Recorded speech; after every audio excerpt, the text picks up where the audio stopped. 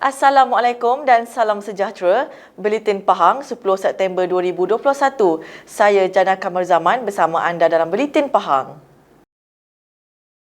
Kebawah Duli Yang Maha Mulia Pemangku Raja Pahang Tengku Mahkota Tengku Hasanah Ibrahim Alam Shah, Ibni Al-Sultan Abdullah Riayatuddin Al-Mustafa Billah Shah berkenan menerima hadiah gabungan Cube Rubik berpotretkan wajah baginda. Gabungan Cube Rubik berpotretkan wajah Kebawah Duli Yang Maha Mulia Pemangku Raja Pahang itu adalah hasil seni seorang anak Pahang, iaitu saudara Zabli Abdul Hadi dari Rompin. Gabungan Cube Rubik berkenaan dihadiahkan kepada baginda melalui Majlis Belia Negeri Pahang dalam satu majlis menghadap Jawatan Kuasa Majlis Belia Negeri Pahang di Pekan. Turut hadir Presiden Majlis Belia Negeri Pahang Encik Muhammad Izzat Afifi Haji Abdul Hamid. Saudara Zabli sebelum ini tular di media sosial kerana menghasilkan seni gabungan Rubik potret pasangan Syuib dan Allahyarham Siti Sarah Raisuddin. Bekerja sebagai seorang pengurus pusat internet komuniti Rompin bukanlah satu penghalang untuk beliau berkarya sehingga berjaya menghasilkan ciptaan yang hebat, dan beliau juga merupakan ahli jawatan kuasa Majlis Belia Daerah Rompin.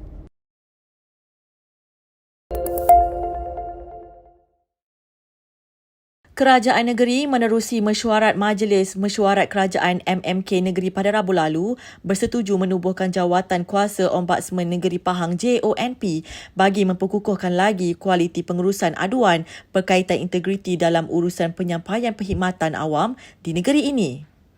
Yang Amat Berhormat Menteri Besar Datuk Seri Haji Warusdewa Ismail berkata, JONP akan dipengerusikan oleh ahli MMK Negeri Yang Berhormat Datuk Seri IR Muhammad Sofi Abdul Razak, dan keahliannya terdiri daripada Setiausaha Kerajaan Negeri, Penasihat Undang-Undang Negeri, Pengarah Jabatan Audit Negara Negeri, Pengarah Suruhanjaya Pencegahan Rasuah Malaysia SPRM Negeri, Ketua Unit Integriti Pejabat Setiausaha Kerajaan SUK Negeri dan Ketua Unit Audit Dalam Pejabat SUK Negeri. Jelasnya lagi, Unit Integriti Pejabat SUK Negeri ialah urus setia kepada JONP dan ia akan mengadakan mesyuaratnya secara berkala bagi menangani isu-isu berkaitan yang di bawah bidang kuasanya. JONP adalah menurut model diguna pakai oleh Kerajaan Negeri Sarawak yang merupakan perintis dalam kalangan negeri-negeri dan kerajaan persekutuan memperkenal dan melaksanakannya.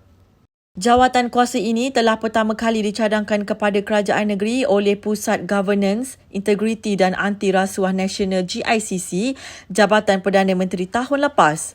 Sejak itu, usaha untuk merealisasikannya dibuat termasuk kajian mendalam oleh pegawai-pegawai Unit Integriti Pejabat SUK Negeri.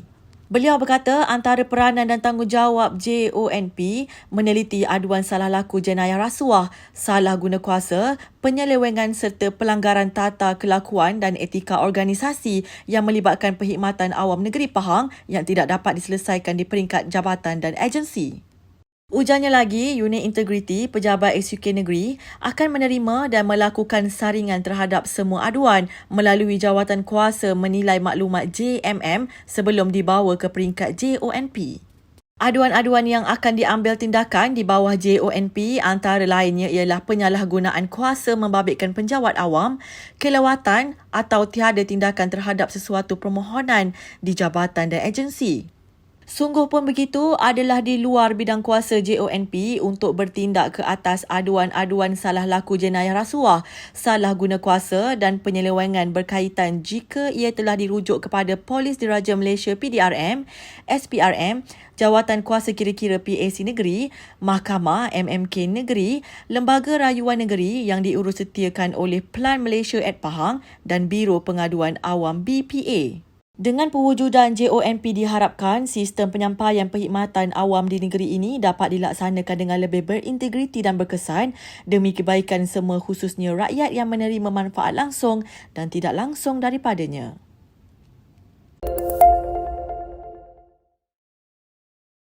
Yang Amat Berhormat Menteri Besar Pahang Datuk Seri Haji Warusdewa Ismail menerima kunjungan hormat Tuan Yang Terutama Duta Kesatuan Eropah ke Malaysia, Encik Michalis Roca di Pejabat Menteri Besar di Kuantan. Pada sesi perbincangan, antara yang ditekankan ialah peluang pelaburan baru oleh syarikat-syarikat negara Eropah ke negeri ini. Justru Datuk Seri Haji Warusdi berharap semoga ekonomi Pahang terus berkembang maju dan memberi manfaat kepada seluruh rakyatnya. Sementara itu, beliau turut menerima kunjungan daripada Presiden dan Ketua Eksekutif Sirim Berhad Yang Hormat Datuk Dr. Ahmad Sabirin Ahmad yang hadir bersama Pengarah Wilayah Pantai Timur Haji Bahrim Yunus, Pengarah Pahang Puan Mazlina Mansur dan Pegawai Pengiring Puan Nur Hazi Mahjusuh.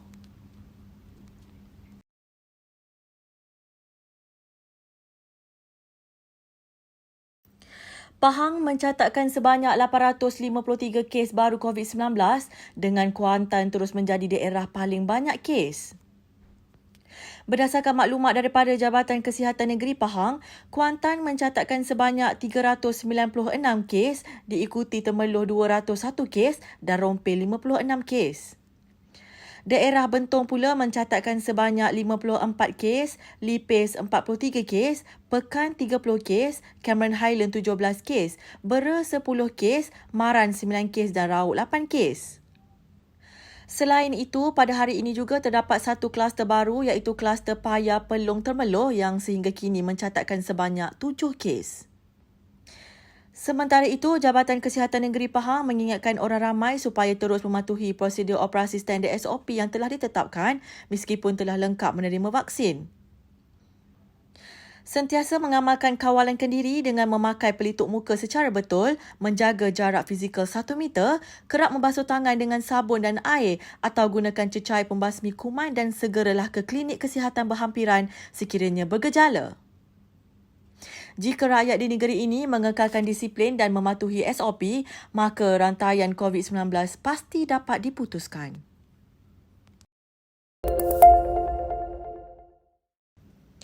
Kementerian Pertanian dan Industri Makanan MAFI kini menetapkan sasaran peningkatan hasil pengeluaran padi dapat dilaksanakan di Jelapang Padi Pekan dan Rompin. Timbalan Menteri Satu MAFI Yang Berhormat Datuk Seri Haji Ahmad Hamzah berkata, tinjauan yang dilakukan juga adalah untuk melihat sendiri sebarang masalah serta usaha yang boleh dilakukan untuk mencapai sasaran tersebut. Tujuan saya datang ni pada pihak kementerian untuk membuat tinjauan tentang keadaan AIDA Pekan dan selepas ni kita akan pergi ke AIDA Rompin bagi mengenal pasti tentang masalah sebenar yang mereka hadapi dan juga perancangan yang telah kita buat setakat manakah yang telah dicapai bagi memastikan supaya penuaian pada dua-dua kawasan ini akan terus mencapai seperti yang kita harapkan. Pada ketika ini pesawah-pesawah kita sangat mengharapkan satu pembelaan dan inilah satu daripada tugas dan tanggungjawab kementerian bagi memastikan supaya kita dapat meningkatkan lagi pengeluaran dan seterusnya pendapatan petani-petani kita. Dalam masa yang sama kita memastikan supaya SSL negara kita akan dapat dipertingkatkan kerana pada ketika ini kita masih lagi bergantung kepada pembelian beras daripada luar negara sebanyak 30%. Beliau berkata demikian ketika ditemui Unit Komunikasi dan Media Pahang UKOM ketika lawatan kerja ke Jelapang Padi Pekan di Pekan.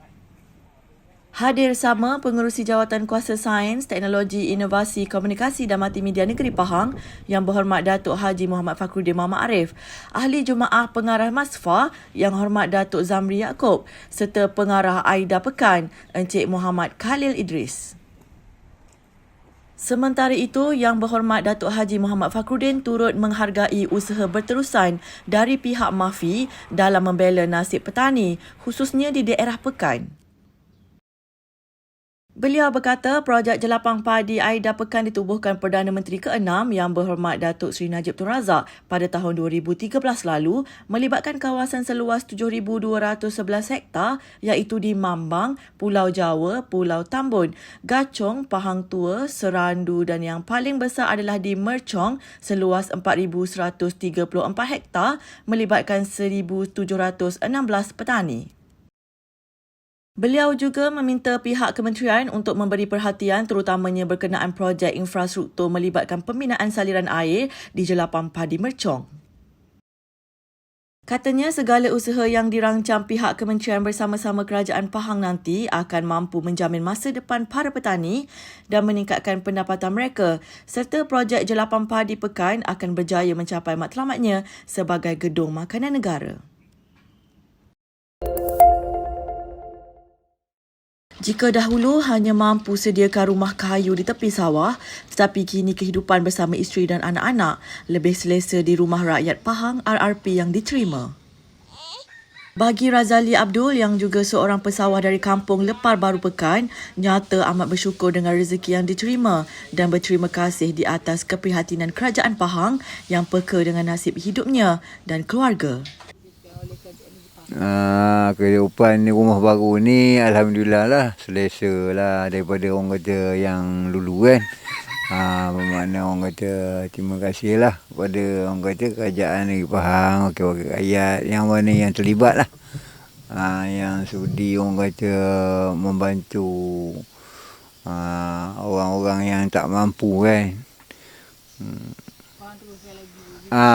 Saya rasa gitulah, kalau orang kata dapat dia orang kata neruskan lah apa yang bantuan-bantuan yang seumpama macam ni. Pasal masa sekarang ni orang kata ramai yang tak berkemampuan kan. Dia orang kata pergi ni lah, apa orang kata cari yang apa yang tak berkemampuan lah untuk memberi bantuan-bantuan yang seumpama ni. Beliau berkata demikian ketika ditemui unit komunikasi dan media Pahang UKOM di rumahnya. Razali yang memiliki 10 orang anak berusia 25 hingga 2 tahun turut memuji usaha kerajaan negeri yang mahu menambah peruntukan bagi pembinaan Rumah Rakyat Pahang RRP. Bantuan sebegini memang amat diperlukan, malah kehidupan penuh sukar yang mendapat perhatian kerajaan negeri telah terbukti berjaya menyediakan kehidupan yang selesa kepada mereka sekeluarga. Menurutnya, kemampuan kerajaan negeri menyediakan rumah secara percuma kepada rakyat yang memerlukan membuktikan bahawa ekonomi negeri ini berada dalam keadaan baik dan stabil. Ini juga adalah hasil usaha cemerlang kerajaan negeri di bawah pimpinan Menteri Besar Pahang yang sentiasa berusaha membantu rakyat melalui pelbagai inisiatif yang diwujudkan. Sekian Buletin Pahang bersama unit komunikasi dan media Pahang. Ikuti Pahang Media di Facebook, Instagram, YouTube dan Twitter.